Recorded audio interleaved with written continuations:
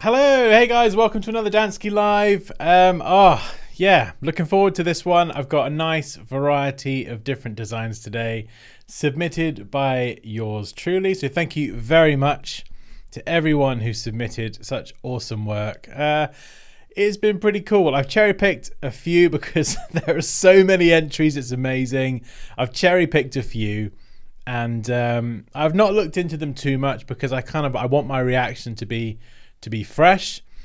So yeah, we're going to go through them in a minute and have a look. Hello to everybody in the chat. And I feel like I say this every week, but please do let me know how the audio and everything sounds. I've kind of been moving things around in the studio, unplugging microphones, reconnecting them. So I've got no idea if the audio sounds all right. You normally do an audio check before you do a stream, but I'm apparently not very smart today, so I thought, hey, we'll just wing it. So let me know how the audio sounds. Oh, okay, how's everyone doing? We've got some regular faces here, I see. The Archaic Way, Graphic Up, Video Maker, John Gerald Evans, Algeria DZ, Raouf Chatty, hello.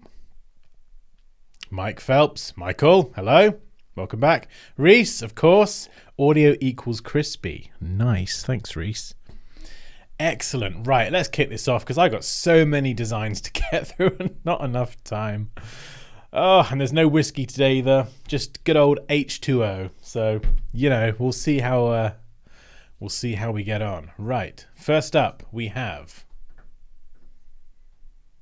dun dun dun dun dun. John Wick. No, I had to do this one first. I saw John Wick and thought, we've got to do this one first. Mr. Wick, and this is from Ayush Karki, and this is a movie poster design created presumptuously in Photoshop. And yeah, so what have we got here? We've got Keanu Reeves, John Wick. I don't think that's the John Wick font, but I don't mind that. It's kind of interesting that I don't know if you're getting this, but it's giving me a little bit of a hint of kind of like a Western, like a Wild West font, which I don't know, for John Wick could be somewhat appropriate. It is a bit of a kind of a wild film set in the West, so I don't know, maybe there's something there, but I don't mind it.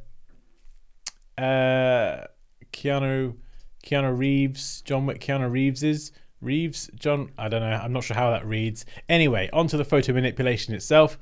Generally a really good sort of structure. We've got Keanu Reeves looking badass as ever. We've got the Continental Hotel. We've got this kind of double exposure thing going on, so the characters are inside John Wick. I think one thing this is kind of missing is actually at the bottom. I think you could bring part of Winston and this chap here and the adjudicator, bring them outside of John Wick. It feels like that kind of, I don't know, there's like a forced cut there. I know what they're trying to do. They're trying to keep him inside the Wick, but I feel like in this instance, those hard cuts kind of, don't know, they look a bit strange, and I would just kind of bring some of the other characters outside, just have them pop outside of him. Also, there's like an inner glow effect around the entire edge of everything, which that really kind of ruins it for me a little bit. I think these characters and their composition, they're all in color, they look good.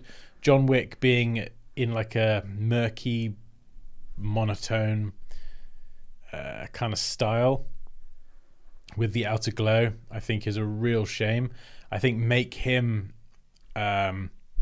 either bring some of that color in. Yeah, everything else, even the Continental's got that color, and then he kind of doesn't, if that makes sense. Yeah, so I would probably try and bring some of that color back in. The characters down here, they're quite nicely arranged. That's pretty cool. And we've got the Eiffel Tower in the background. Yeah, it's a difficult one. I think it's the whole glowing thing. There's like a glow around him and an inner glow, and it's just really not working for me with that black and white treatment as well. So I would be interested to see what it looks like with that. Then we've got the Eiffel Tower here, which is kind of nice composition, the way it sort of fills this space. I don't know. It feels like it needs something to balance it on the other side. I don't know. Like at the end of the new film, there's like a really nice sunset. Because I think it's shot in, or it's meant to be set in Paris. So I don't know, you've got some really iconic scenes there. You know, you've got the staircase scene, you've got the scene at the top where they kind of have the duel, and no spoilers, but great sunset. And I just feel like the background image could be a bit stronger, or, you know, be balanced out a bit more. I don't know, yeah. Could you have the Arc de Triomphe, or whatever it's called, over there as well? Yeah, I don't know. Maybe there's a bit more that could be done there. The grace period is over. Nice. I don't know if that could be... It feels a little bit sort of tucked away in the corner. I don't know. Could that be a little bit more central without covering someone's face? Not sure. Yeah, it feels a little bit off there. If you could get that centered and looking good without covering anything, that would be ideal. Gis G says the background could be worked a little bit more. Yeah, that's what I feel like. I feel like there's potential there, but I think it's just because there's so much color and photography, and then the background is just like black with a glow with some snow or rain or whatever this is meant to be, and it feels like, you know, it doesn't really kind of fit, if that makes sense. But apart from that, yeah, really cool and nice composition as well. So, boom. Thank you, Ayush. Snow in John Wick. Yeah, I don't think there was snow in John Wick 4, but I could be wrong.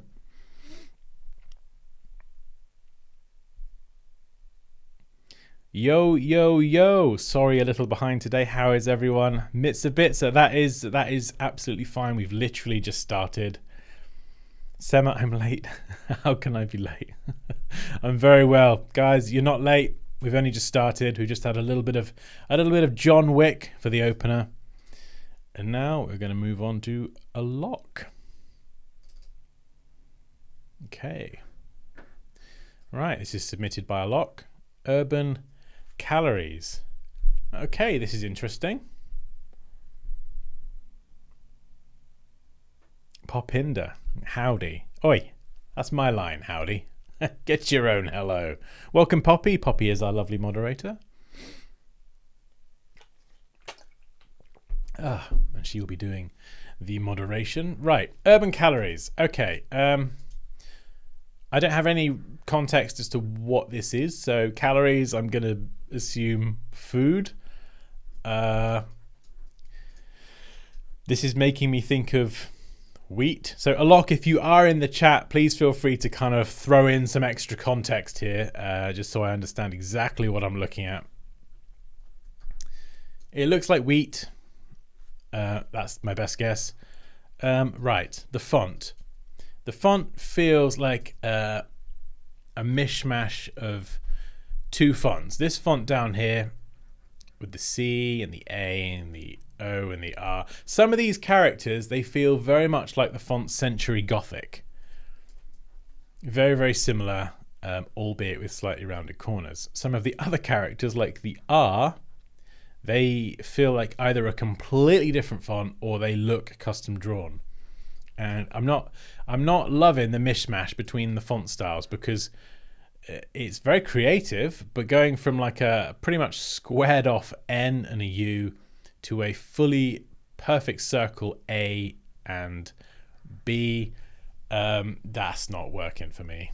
It's not. It's interesting, but I think there's too much of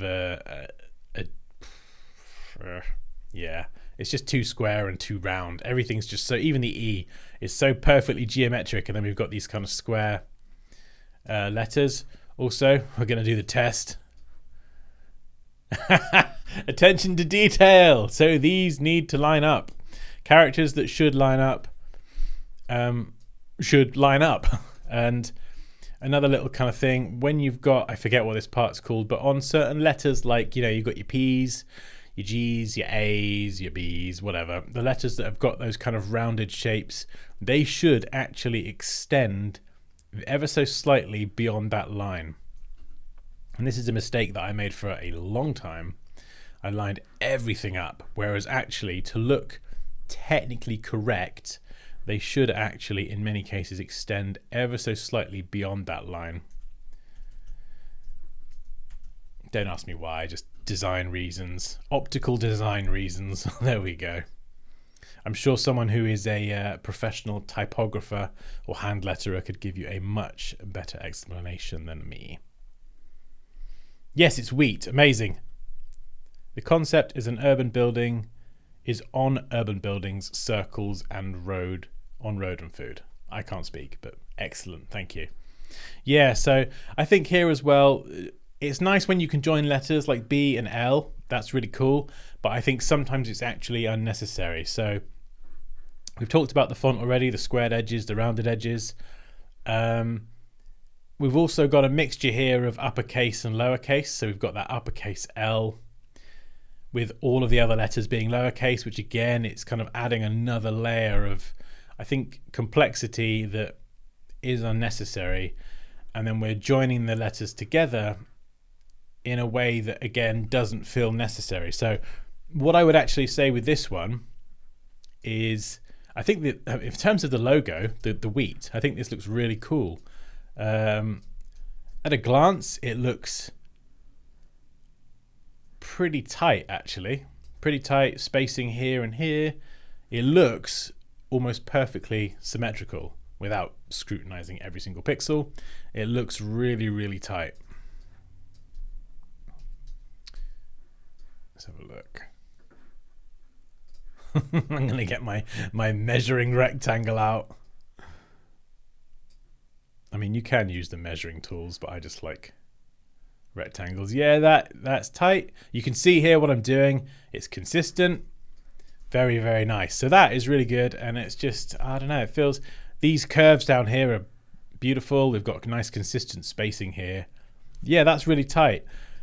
And I think that is so identifiable that actually the text down here can afford to be much more simple.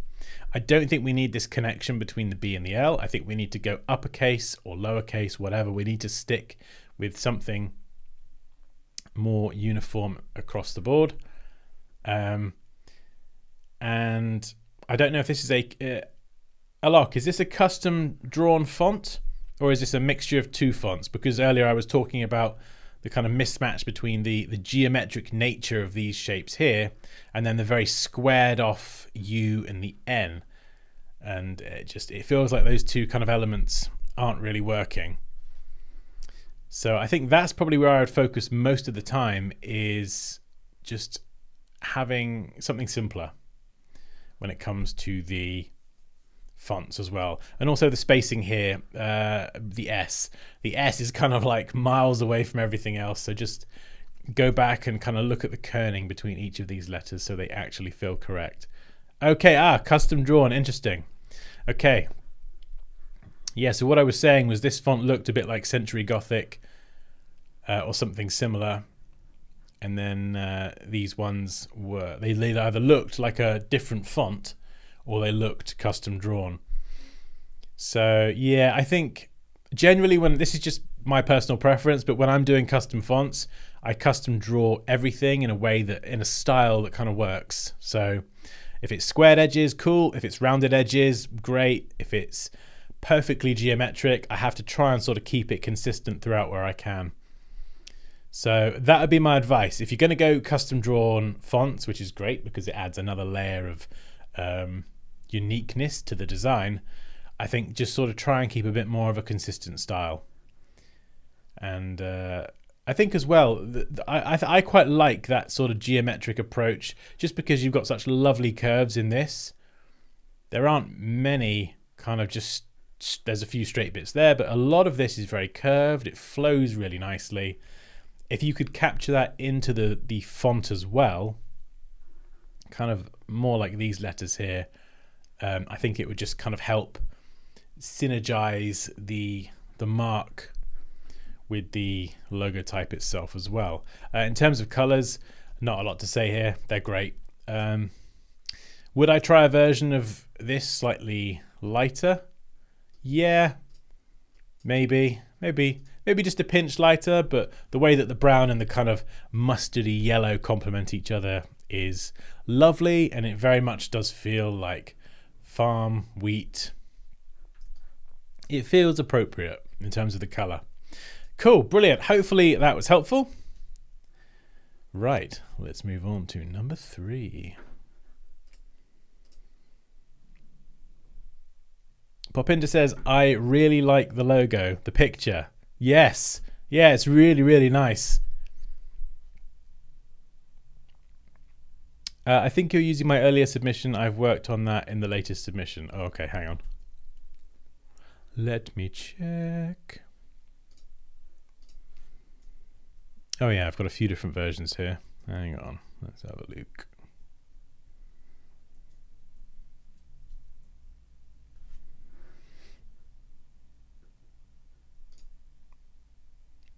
Yeah, there's another different colorway. I think it looks pretty similar actually.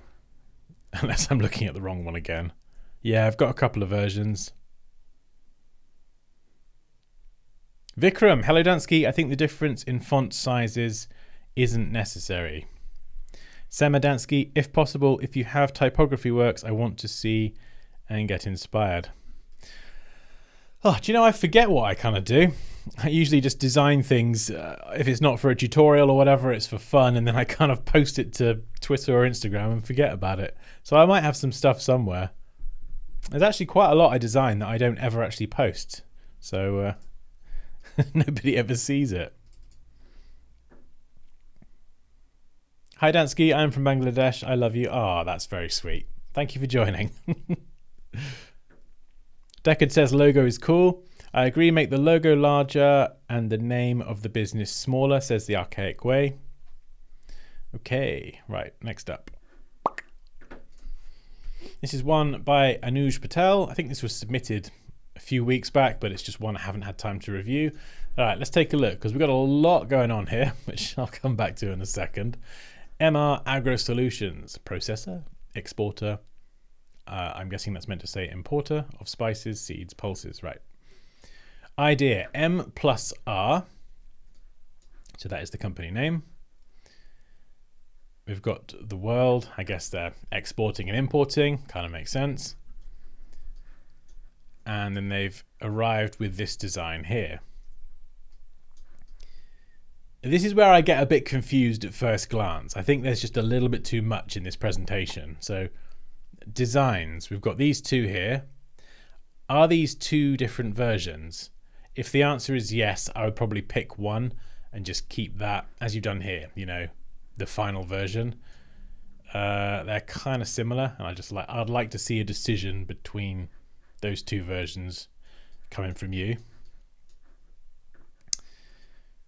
Yeah, so there's right, the letter M, two different ways it connects, the letter R, the globe, they look the same. So I'm guessing these are two different design concepts, but they're kind of mixed in and split, which is a bit confusing. I'd personally, like I say, I would pick which you believe to be the better concept and just present that one, and then do the breakdown of the different pieces. Only see blue color to understand the concepts. This is a tricky one, because these are their colors. They've got the green and the red, and I'm not a fan of that green and red already. So yeah, this is one of the things when working with clients as well. Sometimes they will have their brand colors, and you'll look at their brand colors and go, yeah, they're not very good. And they don't, the green and the red, it's not working together, but you have to work with their brand colors. And the problem is, I really like the blue. I think this is an excellent color choice, but we've got that horrible green in there as well, along with the red. And yeah, I don't know. Like, I feel like if this was all the same blue, I think it would look much better. Yeah, immediately so it's a difficult one. It's a really difficult one. So instead of focusing on the colors, because it's not a good combination, but assuming that these are the brand colors you've got to work with, I'd probably take out the blue personally if you had to work with these colors, and I would do something with a lighter green. Maybe not that. A bit punchy. Yeah, something maybe even a bit more subtle. Something with a green. So you've got the red, and then you've got the two different green elements. And then maybe we trade the world back in red as well. But yeah, it's not a...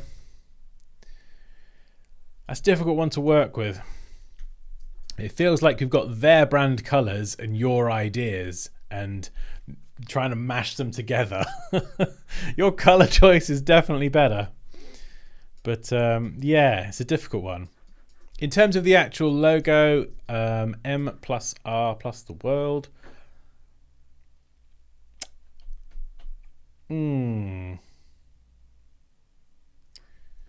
Okay.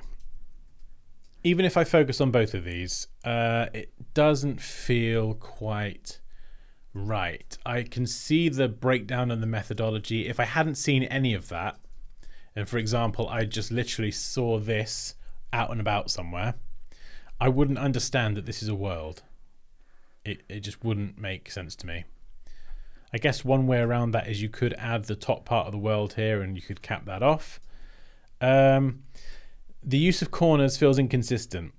We've got sharp corners here, sharp corners here. We've got a rounded corner there slightly. We've got a big rounded corner here for the M. Another different radius there, back to square up here. Do you see what I mean? So we've got all these different treatments.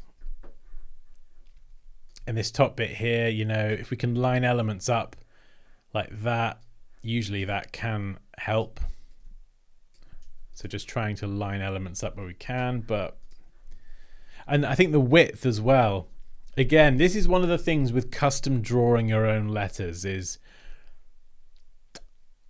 there's certain things you just got to be really careful of. And I'm saying that as someone who I draw a lot of custom letters myself, and there's probably a bunch of mistakes that I make, but I think just because of my years of experience, as long as I keep it pretty simple, I'm able to kind of spot those mistakes.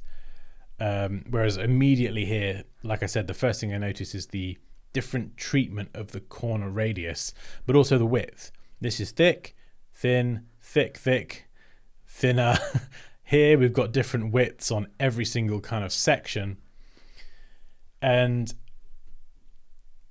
so I think there needs to be some sort of consistency in the treatment.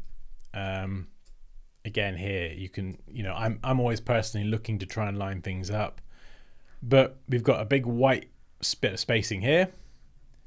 We've got big white bits of spacing here, and then we've got a very narrow gap there. So it's kind of, this part of the logo feels more spaced out. This feels more packed together, and yeah. It's kind of like, I think we had a design recently, a Japanese food design that I kind of felt the similar sort of vibe on. It was like, okay, I like the working out, it's cool to see it, but if I hadn't seen that and I was an end user, a customer, a client, whoever, whatever, like, and I'm just seeing that for the first time, do I get it?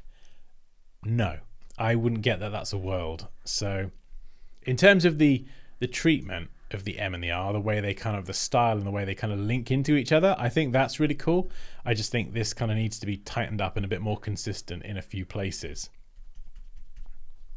And is there another way to represent globe? Maybe something that is a little bit more minimal and less detail oriented. I'm just going to try and freestyle this if I can. Now, obviously, I'm not saying this is the solution, but are there other ways to represent a world? So I've got this one here. How else would I do that? One there. So instead of doing like a solid version, this is like a more linear approach. And I haven't practiced this beforehand. I've got no idea how this is going to look. Might look awful. But we'll see. We'll see, and then we can all laugh at my expense if it does. Okie dokie. Right, let's just do that. We'll throw that back in there. Where's my logo gone? Let's grab that. Paste it above. Right, we've got a shape builder tool, some of the edges. Snippety snip. Boom, boom.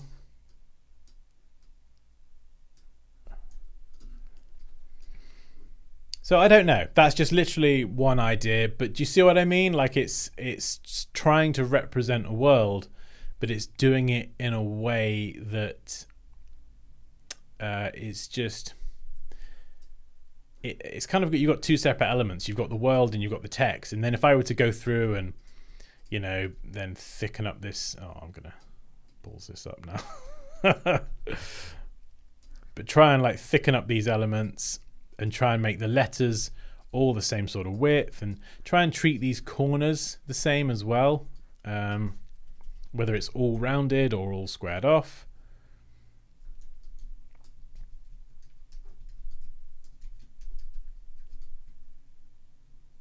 Yeah, I think that would be the thing. So that would need some work. I quite like the way the M and the R connect together. That is really clever.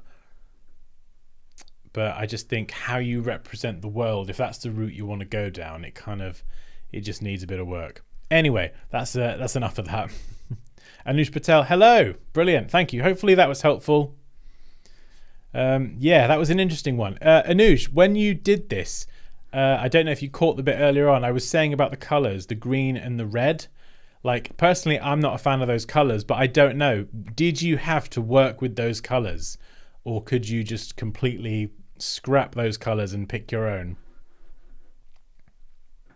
Max Art says, not my favorite color choices, to be honest. Yeah, that's the thing. Sometimes the client and the brand do dictate some sort of parameters around colors and things. Gio Timea says, thanks for viewing my design, the ticked one, but I wasn't able to join. Oh, that's fine. Amazing. That was on the last stream. We did that, the design ticked. Yeah, that was fun. How could we tell the client their colors suck in a professional way? That's a really good question. I mean, I think there isn't really a straight answer to that. I think it depends on the client, your relationship with them. You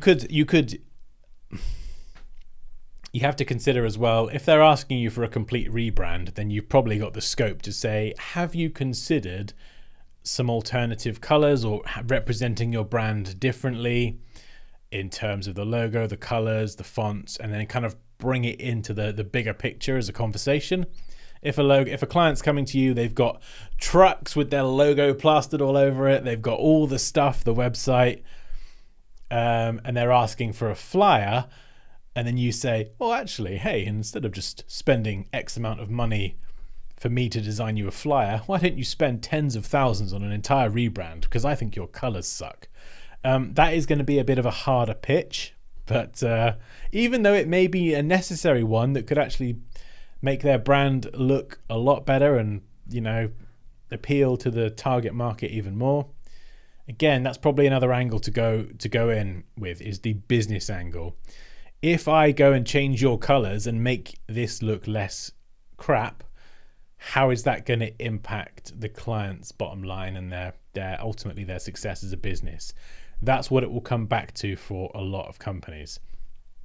They don't want to talk about pretty colors. They don't understand the experience that we have, but they will understand how if you relate those design decisions to money and finance and the success of their business. Jimmy Dansky is back into place. How are you, buddy? I am great, thank you. I've got water today, no whiskey. But that being said, I am very well hydrated. Phil K, hi Dan, nothing for me this week is getting stuck into learning video production. Had your bonnet cut? Yes, absolutely. Video production. Oh, wow, that's a bit different. Mike Phelps, what you do is pick amazing colors and push them variations of the logo and show it in a real world scenario so they realize how horrible their current is. Yes, that is exactly a very good approach. And I think if you are if your client is open to a rebrand or they're open to something like that, then it's the kind of thing you can mock up and present to them.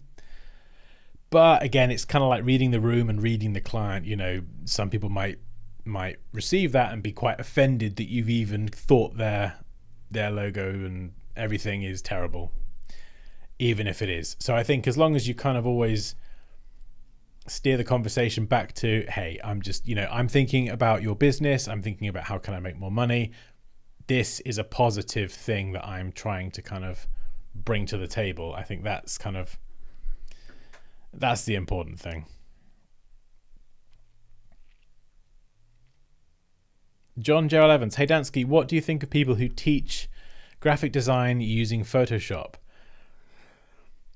That's an interesting question. What do I think of people teaching graphic design using Photoshop? I don't really have an opinion on that, to be honest. I mean, I think it depends what type of design it is. Some design will be in Illustrator, it will be vector based, and it will be very clean and about communicating information. And sometimes it's easier to work with text and things in Illustrator. But sometimes if you're going for something more realistic, actually working in Photoshop, even on graphic design stuff, can actually be preferable because it's got like a whole suite of tools and brush effects. And like if I'm doing something grungy, for example, vector grunge is fine, but Photoshop brushes just give a much more realistic result. So I don't think there's any harm in doing graphic design in Photoshop. You just got to consider outputting from Photoshop doesn't have the same print related settings that Illustrator or InDesign has. I don't think you can just add crop marks and bleed and stuff from Photoshop in the same way. So if you're going to work in Photoshop on something graphic design related, personally, I would bring that PSD into Illustrator or into InDesign and do the kind of lettering and typography part in there if it's just normal text, and then export from those apps as well, because they have all the different settings that are more suited to print.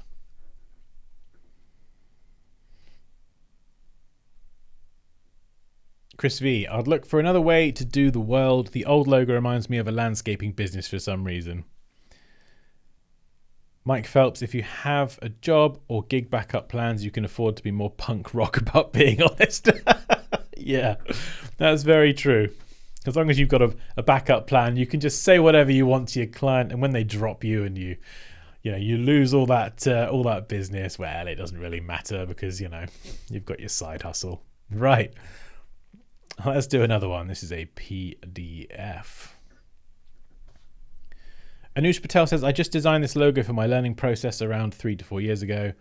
It's not in use commercially. Just read the last line in the bottom. Read the last line in the bottom of the artwork. Sorry, I missed that. But that is the right way to go with it. Is when you're designing stuff, it's good to. It's cool to show how you reached a certain design decision, but it's also important, I think, to think like that. Just think like that and try and make connections between different elements. And I do that quite a lot in my work, but I don't do it enough. I don't show the working out and the process. So that's probably something that I need to do a bit more. Matthew says, Photoshop is pixel software, whilst Illustrator is vector software. Absolutely. So there's that to consider as well.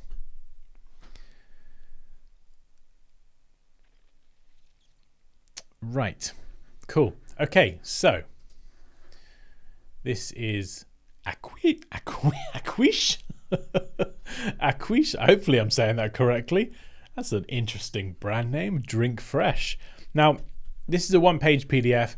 I really like this because it just shows me everything very clearly in a single page, and this is a nice way to present. I think we've got the logo, a couple of treatments up here, so we've got one on white and then one reversed. We've got the breakdown of the different colors. We've got a business card here, back and front. We've got some headed paper, compliment slip, and I can't read any of this, unfortunately, but I'm going to assume it's great stuff. And what have we got? A font here, and we've got the characters that make up the font, and then we've got a couple of mock-ups here as well. And this is just a really nice kind of one-page document just showing quite a lot of the brand. Actually, you've got the logo, the business cards, headed paper and stationery, and then a few mock-ups at the bottom. Okay, I'm not entirely sure what I'm reviewing here, so I'm just going to dive in head first to everything. I don't know what this symbol is. And I'm not a fan of it. No, I'm not really sure what that is, and I don't like it. The lettering is interesting. This is an interesting mix of kind of hard edges and curved corners. Now, kind of what I was saying before, you've got to be careful with how corners are treated differently. The thing with these letters is they all feel like they are being treated the same, to their credit. So, we do have, they sort of, they curve at the ends. All of the letters kind of maintain that style. I think the execution, here a smooth curve, this curve does not look smooth. So the execution is inconsistent, and definitely here is a no-no. S is a horrible letter to draw. So if this is a custom drawn font, I get it. S is an absolute to draw. It really is. And I think some letters, this kind of treatment works better than others. For example, the H, not sure about that. Does that need to go the other way? But the W, this treatment, and the Q actually, especially the Q, that treatment looks really nice. So the execution probably needs a little bit of tidying up and tweaking in places, but the approach is consistent for the most part through all of the letters. And I think they've tried it down here as well. Yeah, let me go and check actually. Was that font? Was that a font down here? Okay, it looks like a font. Whoa, where have I gone?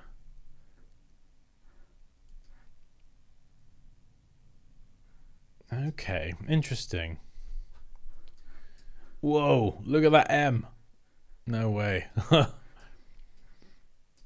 Okay, so what it looks like this is a font. Let's have a look. Oh no, I think I've broken Acrobat. What's happening? Hello? Marker Fontu. Yeah, so I'm not sure. Maybe that's the font, or this is the font, Eve Isabel. I'm not entirely sure. So it looks like they've taken that font and tried to modify it. Personally, I would draw that from scratch and keep with that approach, but it needs some work. Also, I don't know what this is. I have no idea what this is. Something to do with drinking. But I'm not getting it. Guy, is it just me, or does this symbol make sense to people? Am I being a bit dense? Jimmy says, I think it's Turkish language. Okay, well, that might be why I can't understand it. But I'd be curious to see if anyone else can... It looks like a spider with its arms out. Anuj says, yeah. Actually, it does a little bit. It's giving me Spider-Man logo vibes for some reason. Phil K, I think the shape is 2 droplets. Ah, that would make sense. I think the reason that totally threw me is the top one would kind of make more sense if you got rid of the bottom one, because you don't ever get a droplet going that way upside down. It gets bigger towards the bottom. So having an upside down droplet literally makes no sense. So I think if you got rid of that and pulled the top droplet down, it would actually at least make a bit more sense.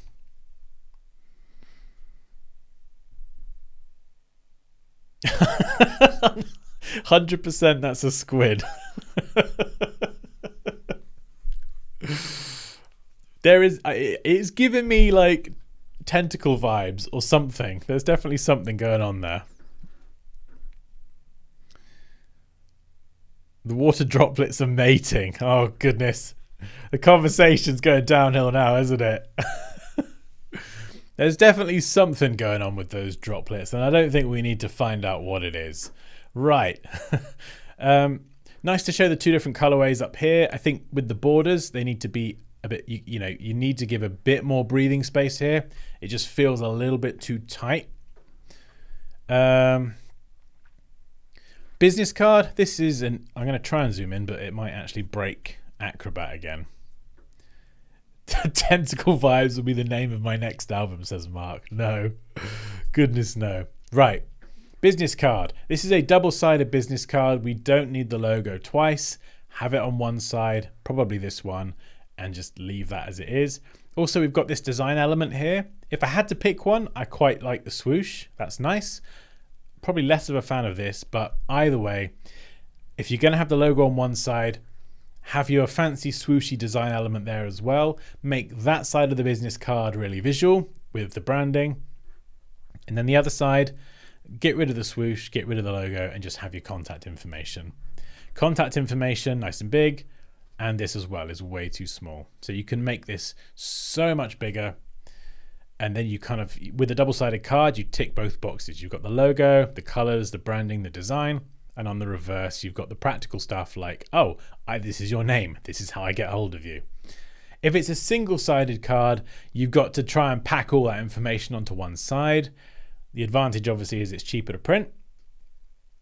But yeah, if you've got the space to go double-sided, don't double up the logo.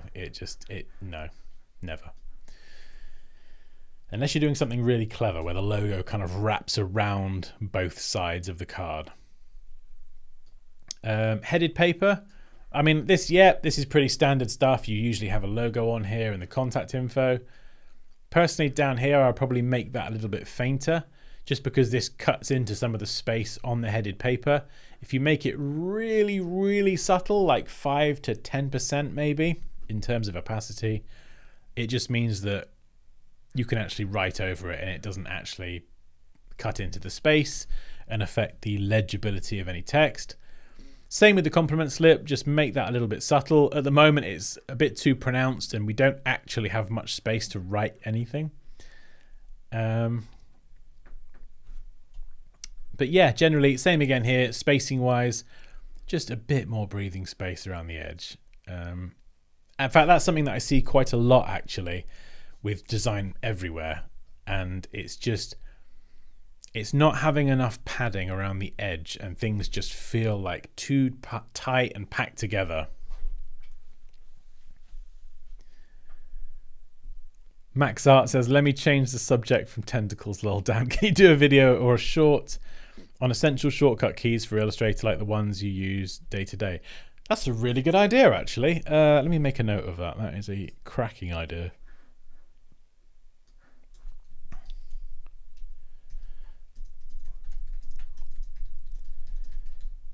When you say shortcuts, do you mean literally keyboard shortcuts? So the things that enable me to actually work faster?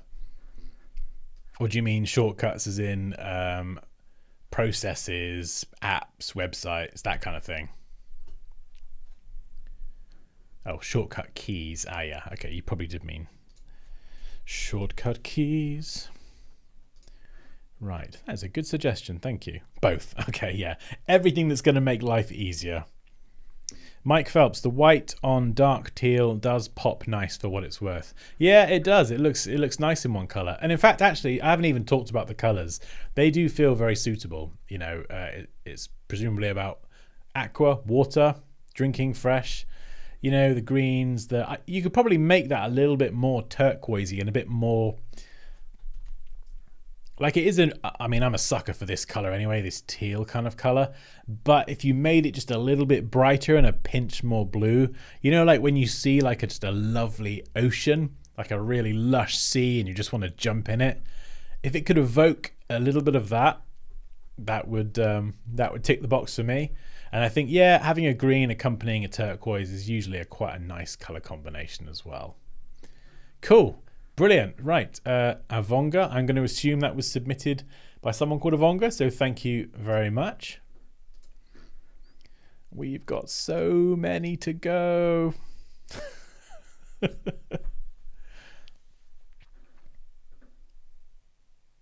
Can you edit in this PDF? You can open up PDFs in Illustrator. It depends how the PDF was made. Sometimes it will open it up as just a flat image. Sometimes you can actually edit a PDF as if you had all the original elements from Illustrator. So it depends how it exported. I think Dan got a bit burnt too. Yes, I have been burned by the sun. That is why my face is pink. We gingers don't do too well in the sun, unfortunately.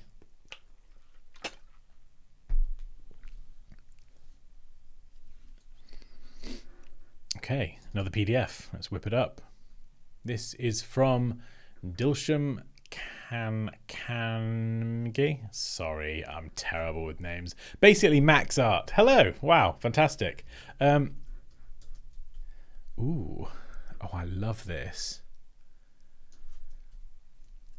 That is nice. I like that a lot. That is really cool. I'm guessing that's a custom drawn font. I mean, that is wicked. I love the italics. I love the angles of the letters, the way they kind of fit together. This kind of section here being like a really sort of slim kind of pill shape, and then that being consistent across all of the relevant letters is nice. It creates these really thin bits and these really thick bits. But unlike earlier, you can see here that that is a consistent treatment across all of the letters. They are all thin and thick, not in a random kind of order. It is consistent. Yeah, I really like that. That is cool. I'm going to zoom in there and I'm going to try and poke some holes in it. Okay. Oh no, I've got pixelation. Yeah, the width here. Is that width there consistent to that? Yeah, it's hard. It pixelates a bit. It looks pretty tight though. The only thing that stood out to me was the T. I think this bit here, you know, the spacing, it seems generally pretty consistent all the way around. So I think that gap there underneath the, I think it's the crossbar of the T, or whatever that bit's called, that should be the same kind of width. So it's consistent. And then it's difficult. What would you do with the T here? Would you kind of curve that as well so it follows the curve, or just have it follow on the right hand side? But yeah, I think that's probably the first thing I noticed was that spacing just needs to be a little bit higher. But yeah, generally, yeah, that is really cool. And there's a lot more actually. We've got another 8 pages. Different treatments here. I do love that. That looks wicked. Anything like that that is super geometric, precise, angles that are consistent. Yeah, and it's not as often you see a logo like this in italic as well. And it just, in fact, actually, as a font, if this were a font, it looks cool. Like it looks really cool. It's an existing font, actually. I customized it. Oh, what font was it? Because I absolutely love that. Oh, nice. This is cool as well. Very techy. Yeah, this is good. So this is, the background is just completely white, nice and plain. It lets the images pop. You can see we've got all this space around here. We don't need to fill all that space. We don't need the laptops being really, really big and squishing everything together. It just allows the products to really stand out and pop off the page. Got the brand colors there. Yeah, It's really nice, really clean, really minimal. I like that. Got some stationery. What's the word? Sailor Tech. I like this treatment, the way the logo, you can't read the bottom part of the logo, but the way it kind of sort of does fit the side is there's definitely something there. I like that. I don't know what that bit is there. If that's the other side of some headed paper, I'm not sure. I mean, what you could do is have the Y wrap around to the other side, which might be quite a nice touch as well. But it's nice seeing it all together like this, and it's good to present like this to a client as well, because especially if you are reimagining their entire brand, you know, you can't just show them a logo. You've got to show them their whole company, how it looks. I'm guessing this is like tape. Oh, I'd love some Dansky tape. That would be amazing. I could just wrap it around everything. I could wrap my kids up in Dansky branded tape. Got some merch. Very nice. Ooh, oh, I love that. That is wicked. That is really cool. Best offer. Nice. So different as well. Yeah, nice. Wow, we've even got the exhibition stand. Yeah, that's great. I mean, that's a really nice mock-up as well. Jimmy says, I love the dynamic that the elements are bringing on the page. I like everything about this one, the presentation too as well. Max Art says Doctor Who design. Yeah, presentation is on point, absolutely. Gradient transition nicely tuned. Can't remember off the top of my head, but I did italicize it a bit. Oh, okay. Oh, yeah, I'd be curious to know what that font was. But sometimes that is a really good way to go. You know, not everything needs a custom font. Especially drawn from scratch. You know, take a font that is really good that you like and modify it, because then you get something original, but you also don't have to spend ages and ages designing it from scratch. And the thing is, like I said earlier, I'm not a typography expert. You know, I've got some knowledge, but it's nowhere near as up there with people who do it day in, day out for a living. So by me taking a font that exists and using those elements, those fonts will have been done by someone who knows what they're doing. So the curves, the swooshes, the bits and pieces of the letters, they will be done correctly. So it mitigates the chance that I'm going to muck it up, basically. And I can just kind of tweak it, edit it, and customize it. Dansky tape would be great. I know, I'd love some of that. Birthday present. Reese says, I'm all about good branding. Absolutely. I died with the Dansky tape. I want some Dansky tape. Alok says, nice presentation. Love this. Yeah. I think the general consensus is, yeah, we're all really impressed with this one. Really, really good. Got even a branded computer. We've got a mouse mat. My goodness. What haven't you done? Designed by Dilshan Kanamger. I'm sorry, I can't do names. We'll just go with Max Art. It's much easier. I mean, that's a really cool logo as well. I love that. Really nice graduation from light to dark. Anyway, fantastic, brilliant. Thank you, Max Art, for that submission. Let's move on to the next one.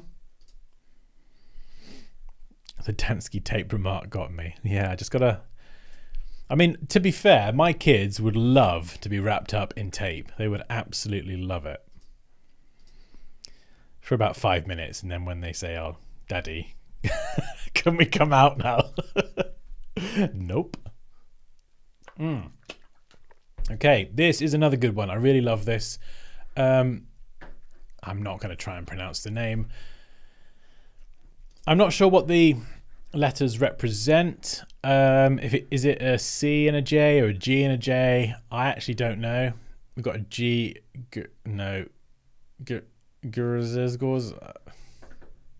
So I'm not sure what these letters are meant to be, but I love them. That's it. So I think without any more added context, I don't really know how to critique this. You know, it's pretty tight, consistent. The width on the inside does fluctuate a little bit, I think. Thicker here, thinner here. Again, we've got to watch out for that. So being consistent. Consistency here is off as well. Chunky white bit. Thinner there. And it's about to fail the lining things up test because this curve doesn't line up. So that is a fail there. But apart from those tiny little technical details, this is really, really cool, minimal, clean and slick. I love it. Without any more context, that's all I've got to say on that one, really. So we'll move on to the next one. Ooh, okay. I remember seeing this one, the pizza one. Poppy, you're like this. Haha. So this is an advert for Pizza Hut. Of course, we have a picture of some pizza. Got to be honest, it doesn't look that appetizing. I think there's probably a better picture of a pizza out there. Nope. But I'm not going to focus too much on that. You know, we've got the pizza here. The drop shadow. Never use black drop shadows. I shouldn't say never. Mostly don't use black drop shadows if you're going to go for something realistic, because black just doesn't produce a very nice shadow. So what I would do is take a sample color of your background. So I would sample this orangey, yellowy, whatever color this is here. And instead of going black, I would go for a really dark version of it. So it's a really dark brown. And you could even then bring that down so it's just a tiny bit more ready. And make your shadows that color. Then bring the opacity down if they're too punchy. Because what it does is by introducing that color from your background into the shadow, that is how a shadow would actually be. You know, a shadow isn't just black. It will blend onto the surface of whatever it's being cast on. So introducing that color is kind of a bit more realistic, but it also looks much nicer because it won't look as harsh then. Whereas these dark black shadows look quite harsh on such a lovely, light, fluffy not fluffy, but a light background. We've got a pizza hotline. I don't know if that's a real number. Do I call the number? Probably not. Actually, it's missing a digit, so no. And Pizza Hut dot whatever that is. LK? What's LK? I'm not entirely sure what country that is. Nope, no idea.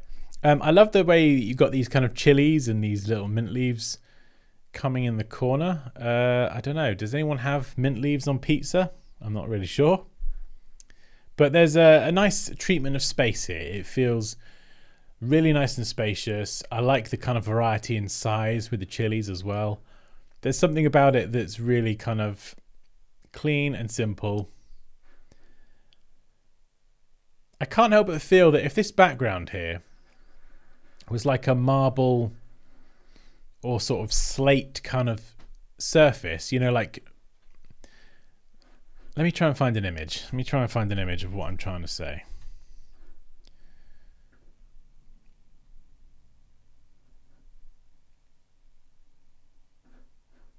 All right, what am I looking for? Slate.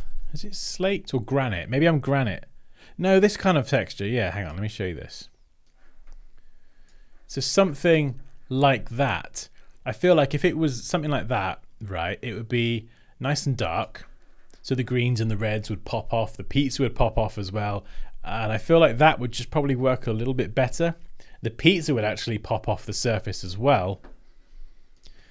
And yeah, I think everything would still stand out.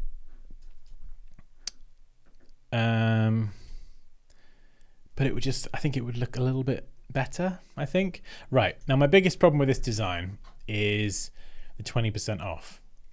It's a very cute little treatment having it in a bubble. I don't like the white stroke. Be very careful using white strokes on text. They can look a bit rubbish having the lighter color on the outside. It's not that you can't use it, but you just got to be careful with that treatment. But the biggest problem I have with this is that it's 20% off it actually feels like I'm getting 20% less pizza because there's a slice missing. And I don't want 20% less pizza. I want 20% off, but I want the full pizza. That was the first thing I noticed when I saw this. So I think there's probably another treatment of that. What I would probably do is I would have the extra, I would show the 20% of extra, sorry, no, I would show the full pizza, but just kind of have like a background color in there behind the pizza. So you'd have, oh no, let's just try and do this really quickly. I can't help it, guys. I've got to just do what I can. I got to get stuck in. I love it. Right.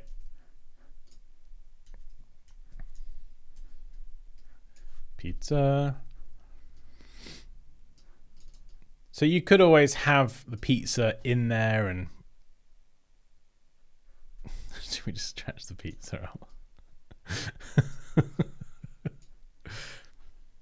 No, we can't do that. That's naughty. So you could always have the pizza in there, or you could just have the 20% off in there as well. 20% off. Where I'm going to put it, I've got absolutely no idea.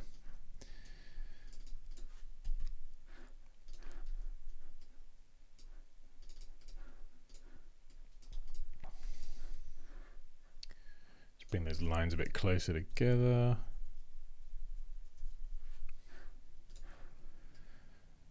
Yeah. Oh, it's a really difficult one. It's a difficult one. How you kind of show 20% off. You don't want to remove 20% of the pizza because it looks like you're getting less pizza, I think. So maybe there's a clever way to show that. But I initially did have this idea of showing that 20% off somehow, but not having the pizza being less. So I don't know. Maybe there's a way to kind of get that looking good. Alok says background looks a bit regular. Some dynamics there would help. Yeah, I think something with the background. It's nice and light, but I don't know. I feel like that darker slate background would look really cool. Tanya says, you're funnier drinking water than when you're drinking whiskey, or you're just funny today. Funny looking. Haha. 25% of the pizza is gone. Yeah, now only 5% of the pizza is gone. Yeah, so I think a bit more thought into the way that it's presented so it doesn't, cause people like me to freak out that they're getting less pizza, because that is a cause for concern. But yes, Mike Phelps says 20% should take the space of a bitten pizza slice. Do you get the feeling Pizza Hut employees sample before they deliver it? Fabio says the problem is that pizza is perfectly centered, both horizontal and vertical, so you don't have enough space. No, it doesn't quite work.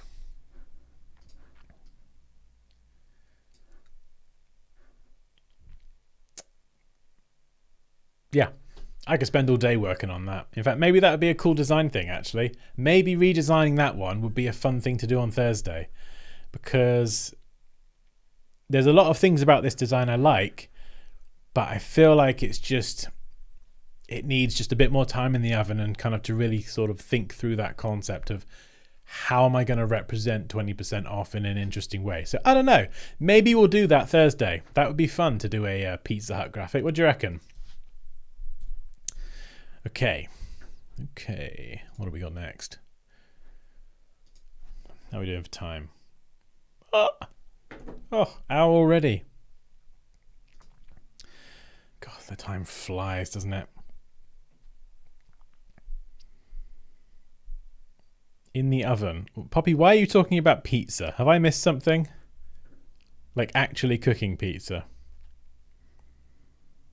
Don't burn the pizza. Oh, I love a pizza right now.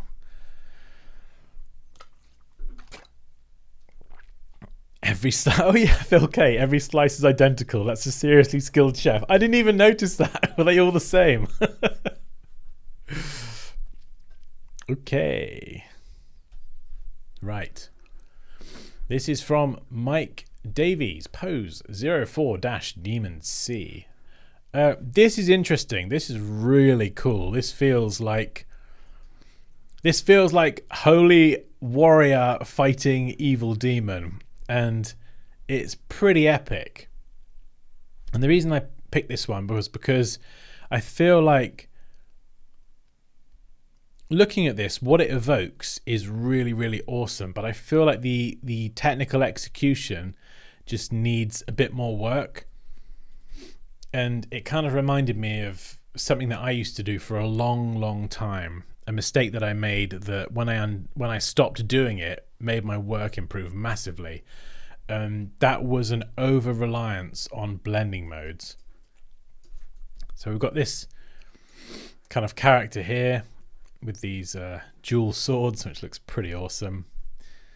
We've got the rocks here, but I think we've got like, I'm guessing this is energy coming off of the sword, but then we've sort of got these kind of bits of energy here that are blurred. There's a black thing here. I'm not sure if that's the background. We've got some shards blasting over here. There's a lot going on, and I think this piece suffers from too much going on and too much of it using blending modes to try and blend it in. And I did this for a very long time as well, because what happens when you use blending modes too much is that everything blends together, right? It blends, and you can blend and blend and blend, but it ultimately feels flat. And that's what I'm getting with this. There's a lot of blending modes that have been used to blend this all together, but it still feels flat. There's no depth to this scene. And I think that depth doesn't come from blending modes. It comes from good lighting, adding shadows, and kind of building a scene out gradually. So you've got, the rocks here that are much closer. You've then got these two characters locked in battle, and then you've got some other aspects further away, maybe bits of debris, bits in the background, the wing over here that is kind of pushing out to that side. And so I made this mistake actually. I've got a piece of work that I've not got on me, but it was what was it? It was from Dark Souls. I did the Great Grey Wolf Sif. I don't know if any of you have seen it on my Instagram. I think it's on my Instagram anyway. Let's have a look. And the reason I bring that up is because my first attempt at that design was awful. I rushed it, I over-relied on blending modes, and it looked absolutely rubbish. Here we go, I'll show you this. And it wasn't until I actually kind of tried it again and dialed it back and actually built the scene gradually, and I got the lighting and things looking good before I started even getting to color and blending modes.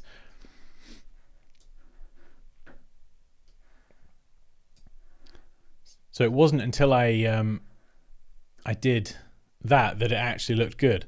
So I don't know what you think to this end result. I really, really like it. But if I showed you how this started, I've actually got this somewhere. If I showed you how I started off this video, it was awful. It was absolutely diabolical. And it was because I rushed it, over-relied on blending modes, made a bunch of rookie mistakes that I just failed my own process basically, and by going through that and doing it again from scratch and doing it properly, slowing down and actually building the scene rather than just blending mode this, blending mode that, blending mode that, it actually created, you can see in this what I mean, there's a lot of depth to the scene. We've got stuff in the background, we've got stuff here in the foreground. Build the scene out first and use blending modes in select places rather than just blending mode everything. But I think what I love about this is the emotion it evokes is great. This epic battle between kind of good and evil looks really cool. But I just think it feels flat and it needs more depth and more clarity around the different things. Like I don't know if that's intentional. I can't see what this is. It's just a big black blur over here. And I don't know if it's like a dragon or a beast or a demon, but I feel like just a bit more clarity there as well on the detail. I love the way it's kind of got these sort of rings around it. That's really, really cool.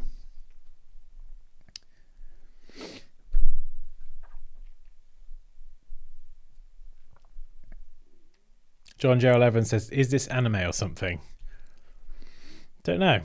I don't think it's anime per se, but it definitely... Anime can be epic, and it definitely is that for sure. Popinder says, I love that wolf. Oh, I know. Good old Sif. Right. Okay. Got some more photo manipulation. A kind of similar feedback here, actually. This is by Mulk Drive Panda FX. Very scary. Spiky teeth. But it's the same feedback again. I feel like there's an over-reliance on blending modes. Down here we've got some lightning. Now I think some of this lightning here, it looks really washed out and faint, and usually that is because of adjusting the opacity and bringing it down. If you've got effects like lightning and sparks and bright lights and cinders and fire, never bring the opacity down on them because they will look terrible. You can see here the kind of lightning has that punchiness. Here you can see it sort of, here especially, you know, the colors might blend, but the white just becomes this kind of washed out murky color. And it's the same with other elements like fire and sparks and things.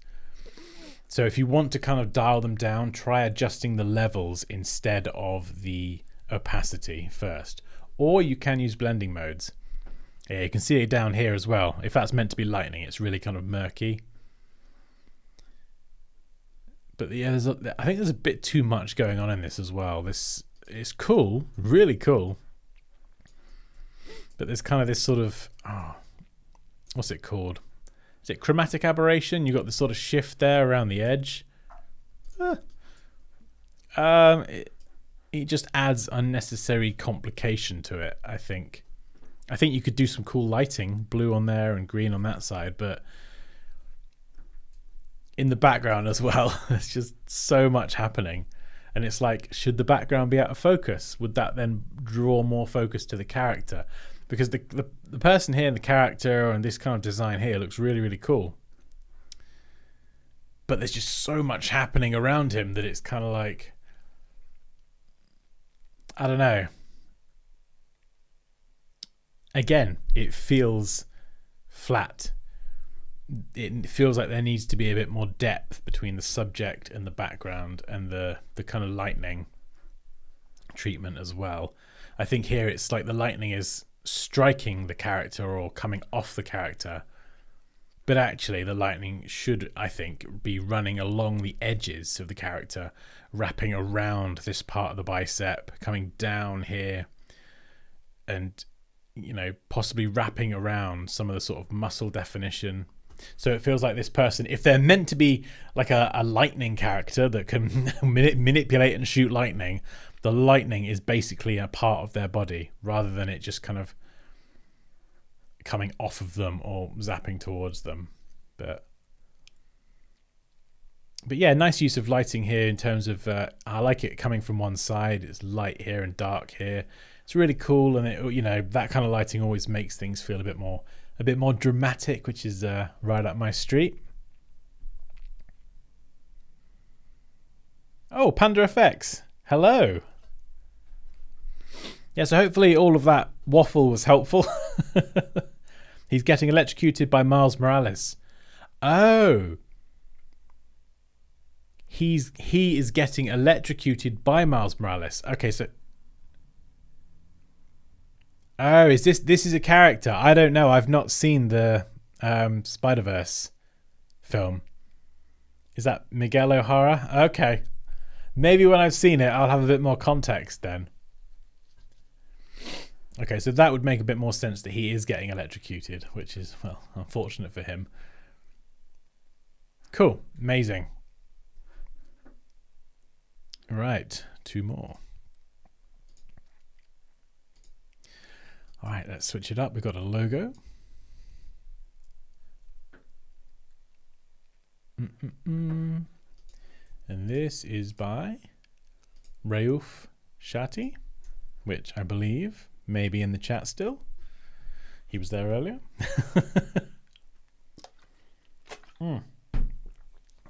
Okay. Right, what have we got actually? We've got a few bits here. A few different logo treatments. Okie dokie. Well, let's have a look at this. I'm going to assume this is some kind of banner. And possibly into photography. That would be my assumption. I'm going to focus on the logo predominantly.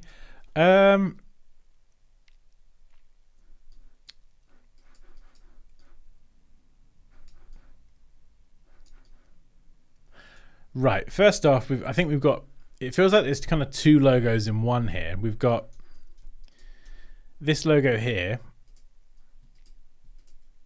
Let me see if I can select this. So we've got this one. Oh God, what am I doing? We've got this one here, which feels like a logo. This, you know, feels very designed, very custom. We've got the border, and then we've got this as well. I'm just going to say off the bat with this one, whilst the technical execution is really pretty nice, you know, it's pretty good. A few inconsistencies here and there. I have no idea what this is. I actually have no idea. If you are in the chat, please do let me know what this is, because I've got no idea, and I would, if it is obvious to anybody else, please do shout it out, but for me, I'm not getting it. And I would probably be tempted to, just based on my own opinion, I would get rid of this and I would focus on this one, because at the moment we've got 2 logos. They would be fighting with each other. Even if I kind of understood what this was and it made sense to me, you know, even popping that alongside, it's kind of like there's 2 logos. Do you know what I mean? I think you either need to go this sort of route and go, yep, that's me, or you need to go this sort of route. And personally, I'd go with this one.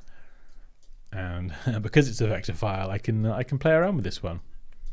So I'm guessing here this is meant to say Raouf. Let's break it apart, see if I can actually work with this. Yay, yes I can. Right, the problem here is the letters are joining up, and it doesn't, I didn't read this as Raouf. So what do we got? We've got an R and an A. This is meant to be an O and a U. Yeah, and this doesn't immediately look like a U. I can see why you've done it. So I'd be tempted to try and pull these apart. Does this still look like a U? Maybe you'd get away with that. It's not your conventional U. What I'd be tempted to do is, can we use the R and try and make a U out of that? This is obviously very, very spur of the moment. So let's see how that looks. I think that works. Obviously, ignore the little details. I think that works. I think having it next to the U, the R, in fact, instead of using the, I can't even speak. Right, calm down, Dan. I'm getting too excited. What I'm trying to say is that I think reusing the R as part of the U and having some consistency between those 2 different things, there's quite a nice flow between these characters, having them next to each other. And personally, I think that works a little bit better than, I see what you've gone for, trying to keep the whole kind of circle thing going on. But I feel like this just, it doesn't look too obviously like a U. The dot here, I mean, I'm not sure what the dot is under the R, but I don't mind it. I don't have a problem with it whatsoever. I've got to try and extend these out now. Let's try and do this very carefully. So just direct selection tool, pull that out. Yeah, there's probably a few things I would consider tweaking. The R's, they do feel very, very slim compared to all the other letters that feel very chunky. So I think what I might be tempted to do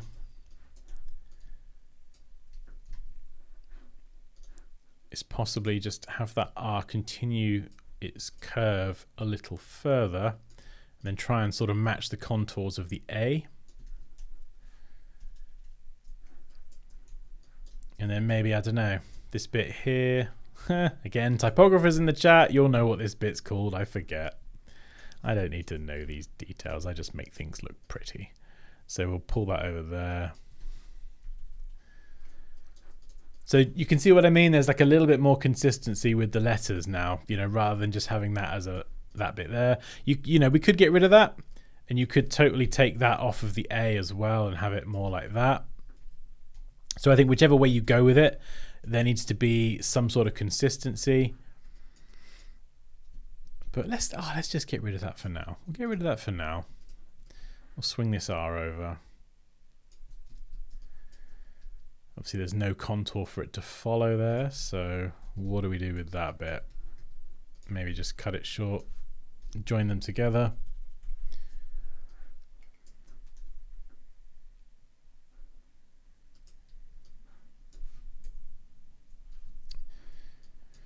And in terms of the border as well, the widths feel a bit inconsistent and the corners. So personally what I would do is I would redraw the border from scratch. Let's crank up that weight. We're going to round those corners. We could keep it squared off and I think it would be fine. But if you did want to kind of keep the rounded corners, that would work as well. Scissor tool to make a couple cuts. Knock that out. And the good thing about this is it's all still fully editable as well, so I can kind of really sort of fine tune that weight depending on what I'm going for. And I could go for something a bit thinner like this. It kind of, you know, we've got the chunkier lettering, we've got the thinner border. There's a nice kind of mix there rather than everything just being the same. I mean, you could do that, I suppose. You could have everything the same width and there's no harm in that, but sometimes it's just nice to mix it up, isn't it? Hello, my logo. Yes, I'm taking your logo apart. I really hope you don't mind. I'll grab the original in a minute just so we can kind of have a look. And yeah, we could go squared again. I quite like squared. I think that's going to be a personal preference. We've got a lot of squared elements in the lettering. So, you know, maybe squared would be a good way to go. The gap here, I mean, I think the gap was there in the original logo. Where's it gone? I've got rid of it now, haven't I? Let's grab the original.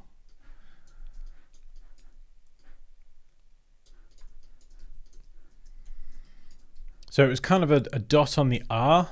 Oh, hang on. Oh, sorry. I'm being really dumb. Sorry, I'm being really dumb. That's an F, not an R. Oh, Dan. Right. Pause. Okay, F. How are we going to treat that then? What a lemon. Right. Let's move that down. I'm sorry if you were in the chat shouting that out and I'm just there like getting stuck into it. He got it. He's finally realized. Oh, sorry, Ralph. I changed your name. Okay. Yeah, so I see what you're going for there. You've kind of gone for that that sort of style of F where you've got like a little piece missing. And I like that. I appreciate that. Got something there. Something like that. Okay, we'll just connect that up then. It's probably a bit too out there. So yeah, you could do something like that, or you could connect it. It's probably quite nice actually having it separated there. And yeah, I think the squared edges work in this instance as well. So we're just going to kind of check that border's nice and consistent around the edge. Something like that. And then we've got the text here. Center both these elements. That's just kind of literally a 5-10 minute job. That's how I would tweak it. So you can see the original here. all the letters kind of joined together. And I know it's kind of, you know, it's nice to, I think we saw this earlier, it's nice to join letters up sometimes, but I think there are very specific examples of when you should join them up and sometimes when it's better actually not to. If you joined the stream, I think it was a few weeks ago now, right? Do you remember where I did the fire and ice and we worked on that logo? I have actually carried doing little bits of work on that, and I managed to get a design. I'll try and show you it later, if I like next stream or something, if I can find it. But where I connect the words fire and ice together, and the way I connect the letters, like it totally makes sense. Sometimes I feel as designers we try to make connections between letters because things line up. It's like, oh yeah, I can connect these letters up. And we get a bit carried away connecting everything up. And then someone else will come in and look at it and go, I have no idea what that says. So we know what it says because we know what the brand is and we know all that stuff. Someone who's never seen it before is looking at it and they're like, hey, I've got no clue. So I think that's just something to be mindful of. And that's why I quite like to show my design work to people who aren't designers, you know, like my brother, my mum, my partner Poppy, even my kids, but because, you know, they're 6 and no, they're not. What? How old are they? 7 and 3. I mean, the 3-year-old is pretty useless at giving any kind of feedback that's meaningful, but the 7-year-old Leo is quite helpful because it's interesting to get those perspectives from people who aren't creatives, aren't designers. They haven't looked at this project for like hours like I have. What are they seeing? Because they might see something that I am completely missing. But yeah, anyway, that was a little bit of fun. Hopefully, Raouf, that was helpful. And thank you for sending this design in. It was this was fun. This was fun to work on this one. Oh yeah, good spot. F needs to be lowercase. Oh, Poppy spotted it. F needs to be lowercase. Yeah. Okay, what do you guys think to this? Earlier I was talking about the case being important, lowercase and uppercase. This is technically all lowercase. But I think in this example, because the O and the U, uppercase and lowercase, is basically the same, do I get away with the F being uppercase? Like if all of these letters here were very clearly identifiable as lowercase, would that F stand out a bit more? Probably, yeah. But because they actually look the same, uppercase and lowercase, I don't know, I feel like I get away with it. Scott Newsom spotted it. Okay. Yeah, so you could make that lowercase f and you could do something similar to the R. But I don't know. Maybe I'm just being biased, but I feel like in this example, you might get away with it. I don't know. Maybe that's just me. Another option, and then I will move on, is to do that. Boom. There we go. We've got an A.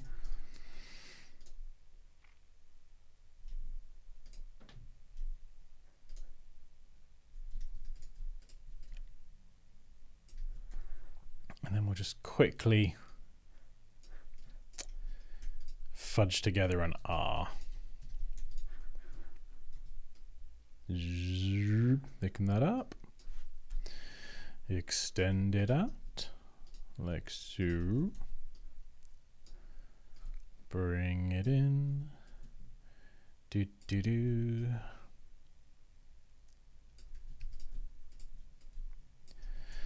And then we need a little front leg there, like so. That's an awful looking R. That's terrible. Let's see if we can make this look half decent.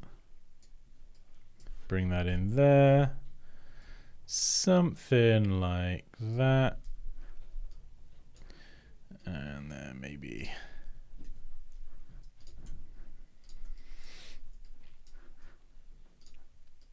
So that is one way we could do it. You know, I've kind of tried to keep the same angles and everything, but there we go. It's all uppercase. And then, you know, you can choose how you play around with it, whether it's full width and does that connect. Or maybe the A connects on one side. So there's lots of different ways that you can play around with it. Alok says the R could be reflected with the dot carried on. This could represent the F and the design cohesiveness. The R could be reflective with the dot carried on. So do you mean bring the dot over into the R? I don't know. I do quite like that R actually. That turned out a lot better than I thought it would. I got to be honest there.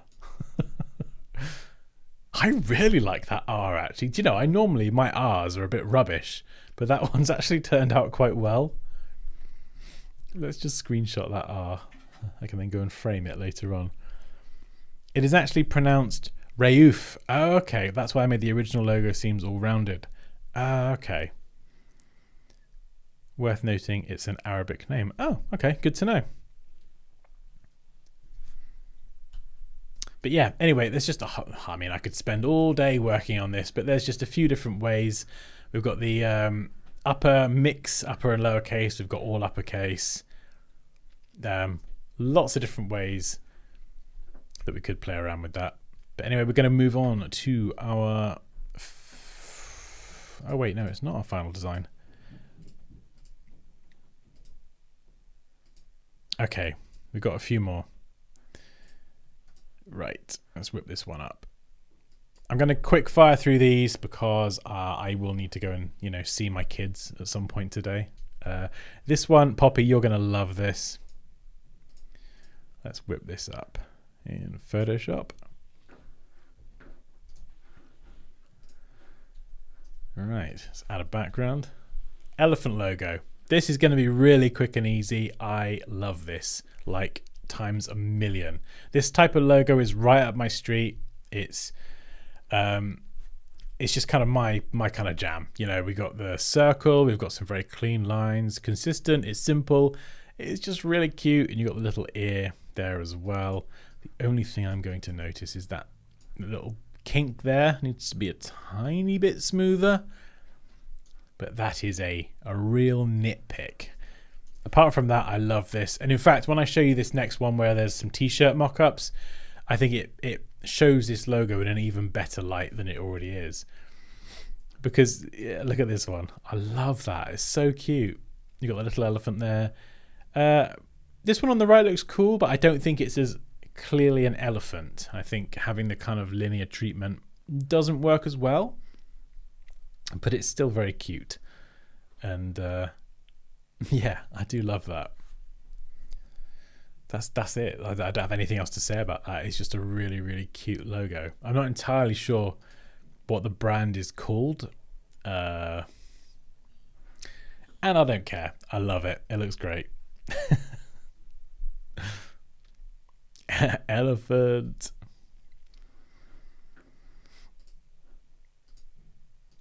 All right, we'll do two more nice and quick.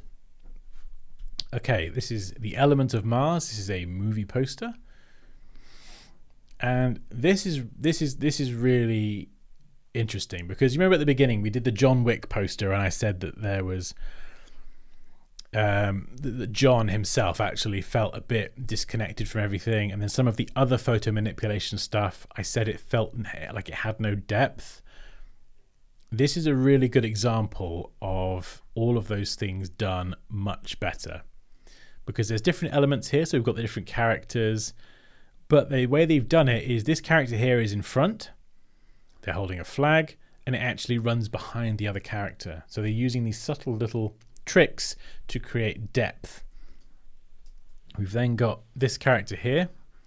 She's in the foreground, and then there's like a light glow produced from everything that's happening around that separates this character here in the background. And you've got the rocket blasting off here with that really strong highlights around the edges of the face. And we've got the desert dunes down here. The background is quite simple. There's not, it makes sense. We've got a planet, we've got space, and we've got some dunes. It's actually it looks quite simple, but the technical execution and how the lighting on the different characters and everything is really nicely done. I think there's something a little bit off with it, and I can't quite put my finger on exactly what it is. I don't know if there's something that you can see in this that I'm completely missing, but yeah, this one feels like it feels simple, but it feels well done and well executed, and it feels like there is depth between the different elements. There's stuff in the background, you know, closer in the middle, and I feel like some of the other ones we looked at earlier today, they were kind of lacking in that regard. So yeah, that's really, really cool design. I'm not crazy about this Mars treatment here, and again, you got to be careful with strokes. They can look a bit weird and a bit rubbish. Not that I'm saying this looks rubbish, but you got to be careful with strokes. Sometimes they can make a design look worse than if they had no stroke whatsoever. So just something to be mindful of. But yeah, I'm not crazy about this text. I don't mind the metallic texture, but I think it's the font.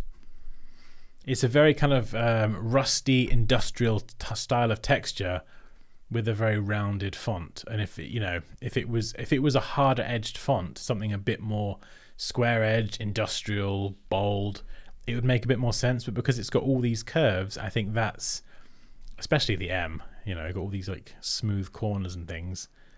I don't know, maybe it's just me. It kind of goes against that rusty metal kind of aesthetic.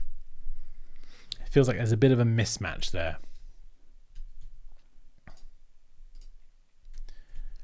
Okay. But yes, thank you very much for sending that one in. That was great. Very fun to look at. Right, last one. Joward says, lovely work, but the type is illegible. Fabio, maybe too much light in the forehead of the woman on the right. Yeah, I did think that at first. I thought like it's a bit blown out. But then because there was the rocket in the background blasting out all that jet fuel out the bottom, I did kind of think, I don't know, maybe having it blown out is actually kind of cool. And it maybe fits with the fact that there is a rocket. I don't know. Obviously, the rocket being that far away wouldn't... I don't think it would blow out the lighting on the faces so much. And if the rocket was closer, they would, be completely reduced to ash. But yeah, I don't know. I'm not sure. It was... I feel like it got away with it a little bit more in that design because of the lighter colours and everything. Maybe. I'm not sure. But the rocket is far away. Yeah. I think because the rocket is far away, it wouldn't blow out the lighting on their face in the same way. But I don't know. Okay, right. Last one. And this is an interesting one. This is from... Oh, Roof, you're still there. Zakaria, Jim. Okay, so this is another case of conceptually very cool, but I think the idea just isn't quite there yet. I like what they're going for. I love this thought process. This is kind of how I work as well. So I'm like, it's gym. What do you have at a gym? You have weights. Can I integrate a weight into the text? It's really cool, and you can get some really, really cool designs doing it that way. Shall I try and have a go at playing with it? I'll have a little go. We'll see what happens. I mean, I've got one idea in my head initially, but it might not be a quick thing. Right, first of all, clean logo. It looks clean. Everything looks great. Let's lose these bits on the end. They feel like they don't fit with the rest of it. They feel more like illustrative, whereas the main logo feels very clean and simple. So we're kind of mixing those two styles, which I don't think is working. The logo is going through the entire thing at the minute. It's clever because it, gets that part of the G there. But then we are destroying a lot of the Y and the M and making it less identifiable just so we can shove a weight through it. So I don't know. I'm not sure about that one. So let's, whoa, calm down, Dan. Right, we'll go for 10 points on the width. We'll round that off. We'll try and create something similar. These letters are pretty straightforward, so I don't think they'll take me too long to whip up. So there we go. We're going to have our G there.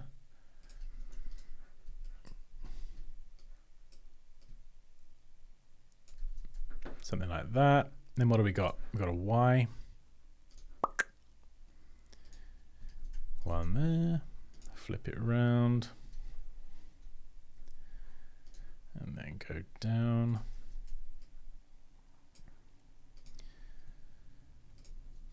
That's going to need a bit of work in terms of style. Maybe I could bring this a bit lower. That might work. Something like that. And I will need to trim off those top bits. So what I sometimes tend to do is just kind of throw like a black slab over the top just to kind of get an idea of how it looks before I start expanding things and committing to any type of design. That's a bit wide, isn't it? I've made that way too wide. Because it's trying to balance the width of the letters as well. So something like that is a bit better. But we'll see. We'll see. See where we go. And then we've got an M as well. So let's do that. Drag that up there. Throw this out. Pull that one over. Flip it around.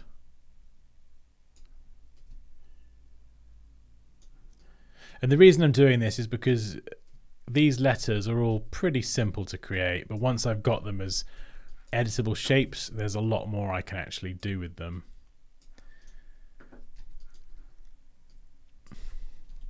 Okay. So again, we'll join that. Get these big old spiky bits up there, and we're just going to stretch this across. Boom. Let's move that up.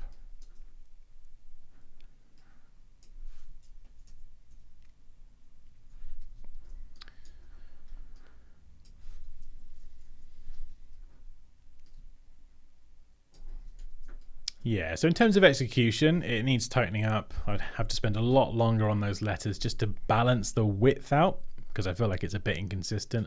But this is enough where I can work on the actual concept. So let's grab ourselves, let's make ourselves a weight.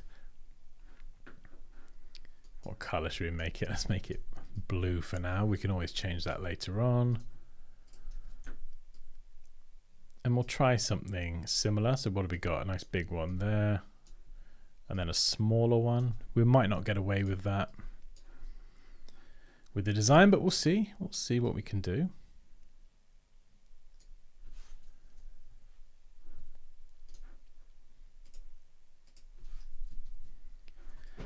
And then let's try and fit this somewhere in the design. Can we fit this anywhere?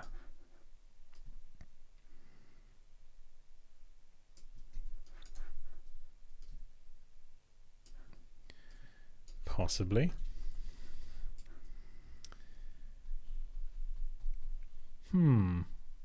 So there is, you can see there's quite a lot of elements that do overlap. So I'm kind of trying to do the same thing that they've done up here. But is there a way I can do that without destroying everything? So let's try and duplicate this.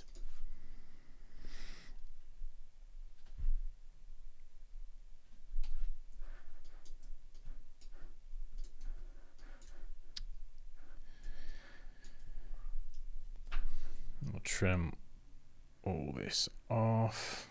There we go. Let's get rid of all this.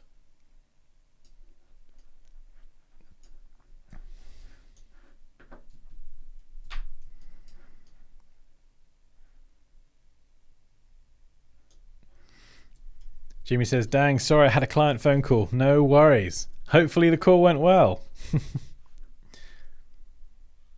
Maybe separate the dumbbells from the font by playing with some negative space. Yeah, there's probably something really, really cool that we could do there.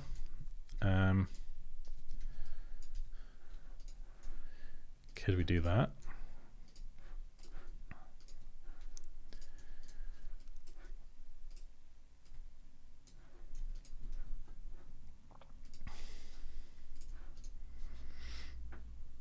That looks a bit of a mess, actually. And as I bring that in, and we're probably going to need... See, at the moment it's striking through. So let's just make a few cuts there. See how it looks, not destroying the letters and instead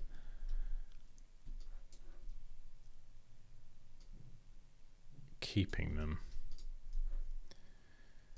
Okay. Oh, hang on. I've got rid of the wrong bits. There we go. So I'm kind of maintaining the Y. It's difficult because it needs to look like a bar, but at the same time I don't want to destroy the letters unless this bit here, we actually pop that there.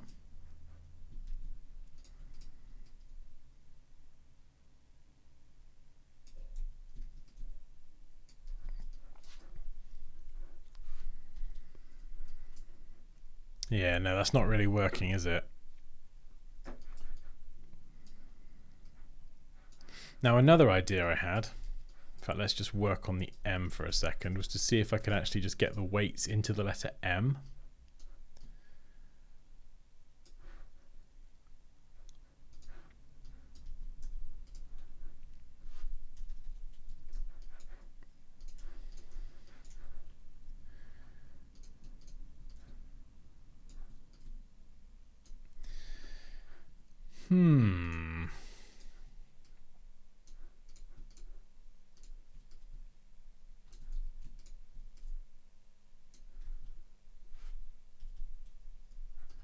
Oh, yeah, it's difficult.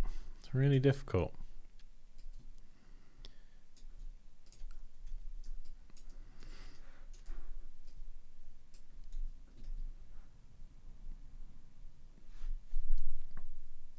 I feel like there's definitely something there.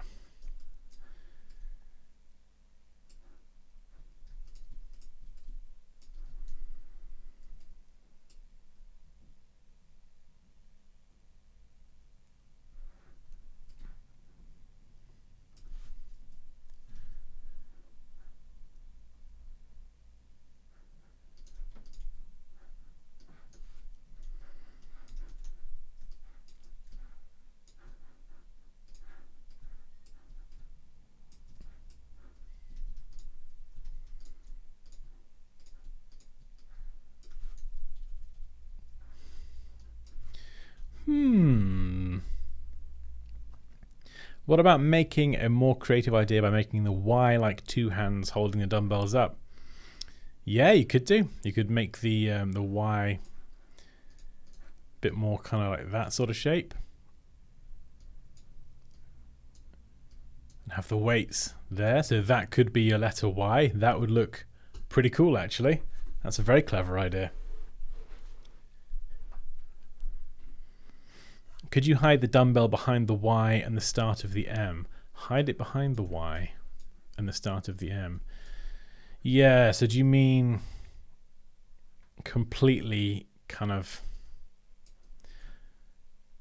hide it and then have it pop out on the other side? Is that what you mean?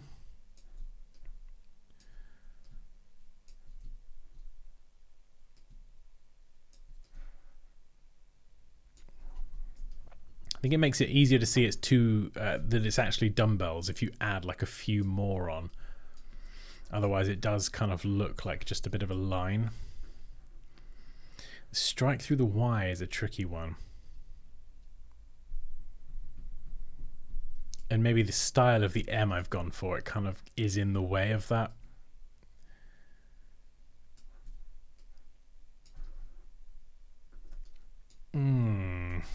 Yeah, because the bar of the weight can't actually get through to the other side, so we've got floating weights over here. So I don't know. In the middle, they've just kind of cut through the whole thing. I think if I do that, though, it's going to possibly make it look... Yeah, I just don't think I'm going to get away with that. If I like add cuts around it. So I'll do what they've done on their original design. Just to show you what I'm babbling on about.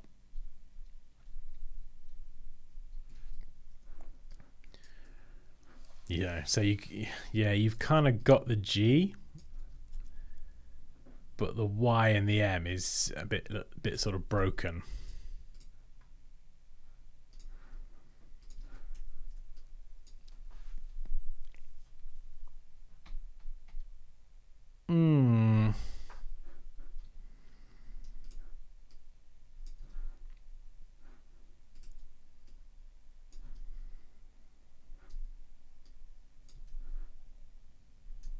It's a difficult one. That is a difficult one. The Y in your redesign is much more athletic than the original, which looks squashed. The Y could be lifting the weight as a clean and jerk. Okay, yeah, everyone seems to think the Y lifting the weight is probably an interesting idea. So let's extrapolate that out for a second. We'll grab the weight. I'll plonk this up here.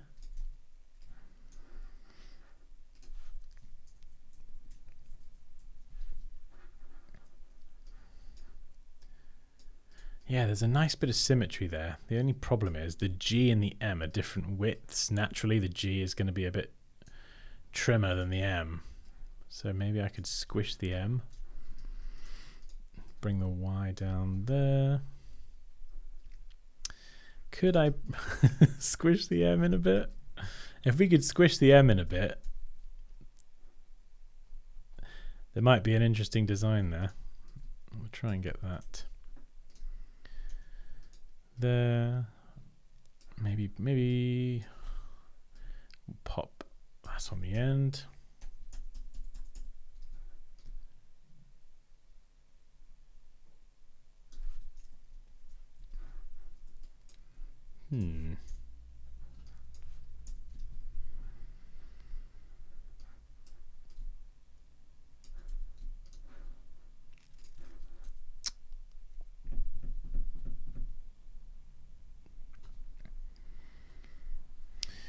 Pop Pinder says, in a different color, maybe the weight in silver. Yeah, the problem is, like, for me personally, I like to try and get the logo looking good in black and white. I think over-reliance on color to make a concept work can be a bit of a mistake, especially when your client asks you for a one-color logo print. I know you can use tints and things, but I feel like a good logo has to be able to work in one solid color as well. Osis Gilbert says, I think the letter Y should be lifting the dumbbells. The dumbbells should look like a roof covering the letters. Oh, okay. I see what you're saying there. So kind of a bit of a bend, bit of an arch. Oh, good ideas here, guys. Thank you. These are great. Where's my line gone? There you are.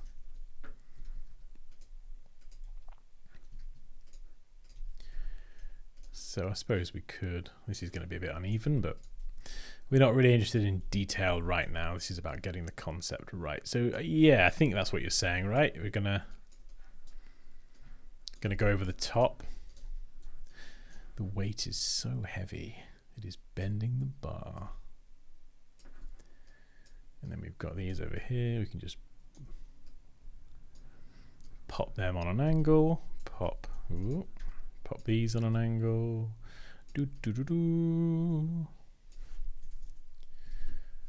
Something like that. Yeah, I think if I could get that G and M to work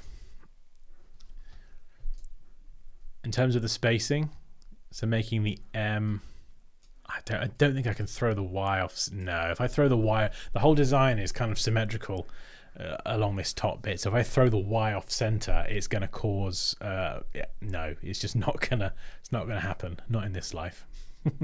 So I think the thing we've got to do is we've got to somehow try and balance the M and the G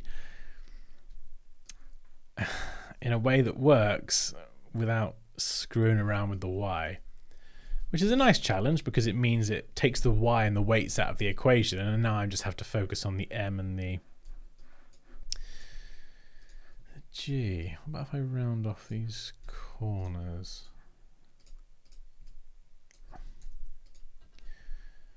I think it's the M here kind of coming up quite close to the Y that is making me a little bit uneasy, I think.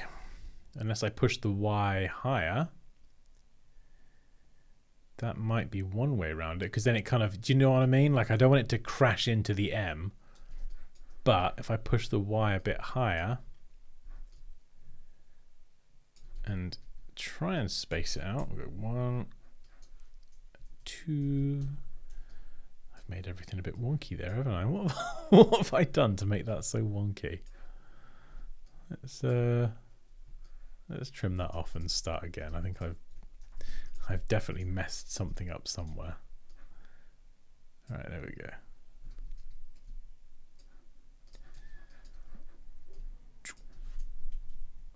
Okay.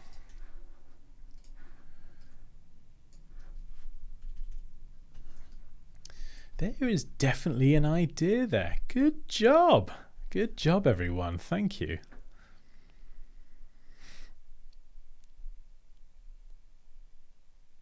Why can't you try with small letters? We could do, but I think a lowercase g is probably not going to really work with kind of this design that we're going for.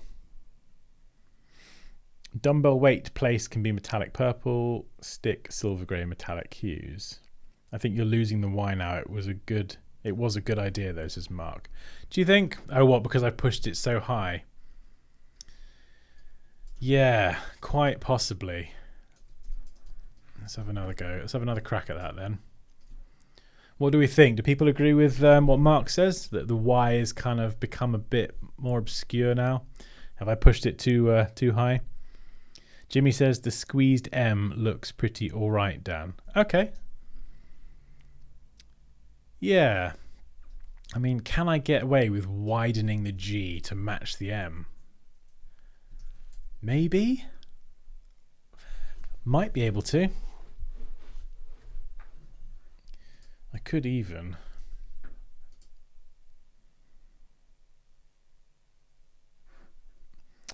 Add a few little cuts along this. If I send this backwards, yeah, bring that to the front, just so the Y has a bit more clarity, because I know, Mark, you said that I've lost the Y, so maybe I could bring back a bit more of the clarity. Now, I don't want to rely on just one color. I don't want to rely on multiple colors. But if I did something like that, it makes it easier to see that the word Jim is Jim, of course. But I think we've got to get this looking good with one color if we were going to do like a one color print.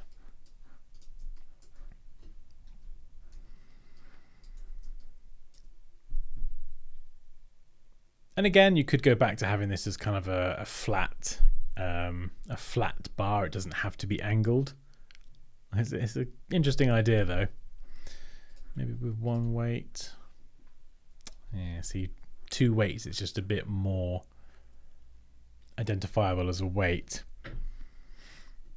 Raouf says, yes, much better. Interesting idea. The G head, M squatting, legs under the Y. My goodness. Is this what you... Oh, okay, hang on. Let's try it.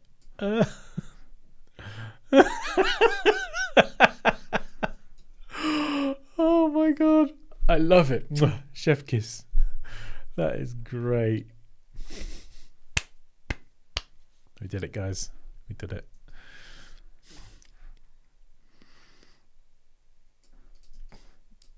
I mean, I don't think... That doesn't even make sense, actually. The head is like miles above everything else. The head would need to be like down here, would it? This is just getting silly now. Thanks for trying it. Done.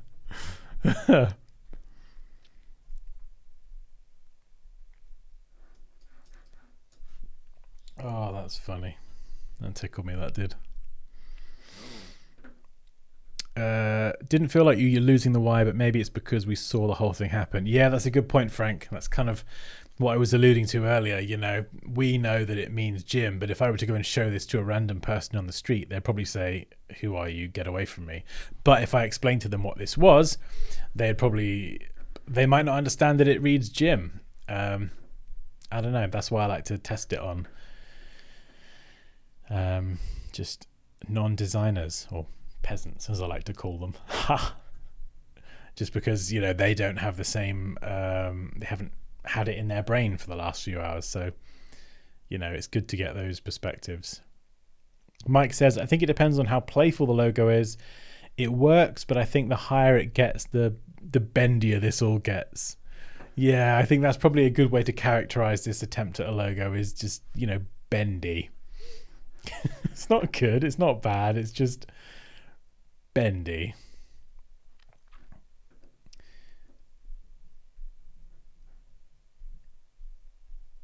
Dan, for the next stream, I have a project in mind that I can upload, but it's a magazine about lingerie, swimwear, so there will be ladies in lingerie and swimwear, obviously. So would that be okay? Absolutely fine. We do not discriminate here at Dansky against women in lingerie and swimwear. You carry on, mate.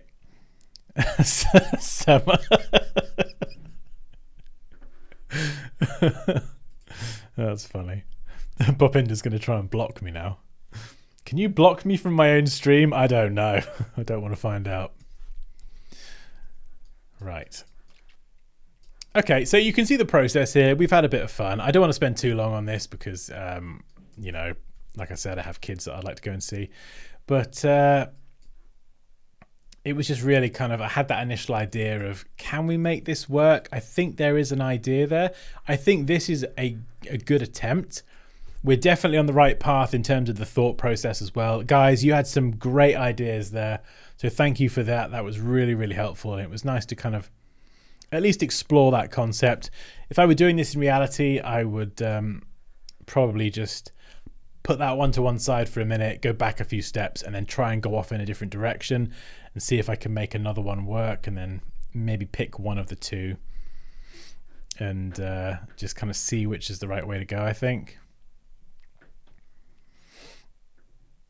Pop in and says, yes, please save me from the children. Hi Dan, I watched my review from the previous stream. I really liked it. Thanks for reviewing it. I got a lot of great feedback to improve it. Amazing.